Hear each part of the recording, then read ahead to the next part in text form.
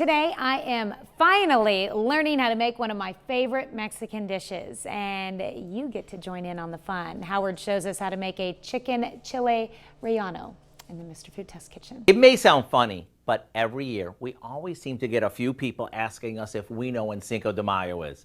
Seriously, we do. The answer is it's tomorrow, since Cinco de Mayo means May 5th in Spanish. So to celebrate it, we have a seriously good chicken dish that's bursting with flavor. Let me show you how easy it is.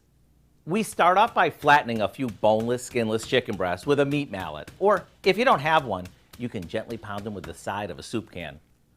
On top of each, we place a quarter of a poblano chili pepper that we've seeded.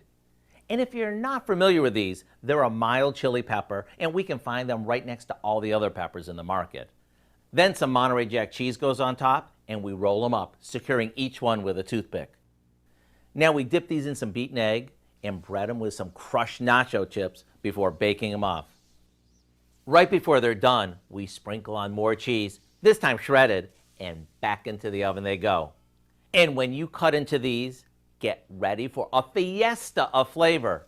Between the crispy coating and the ooey gooey cheesy center, you really can't miss. So with Cinco de Mayo less than 24 hours away, you better go online right now and get the recipe for our chicken chili relleno. I'm Howard in the Mr. Food Test Kitchen, where today we found a fun and festive way for you to say, ooh, it's so good.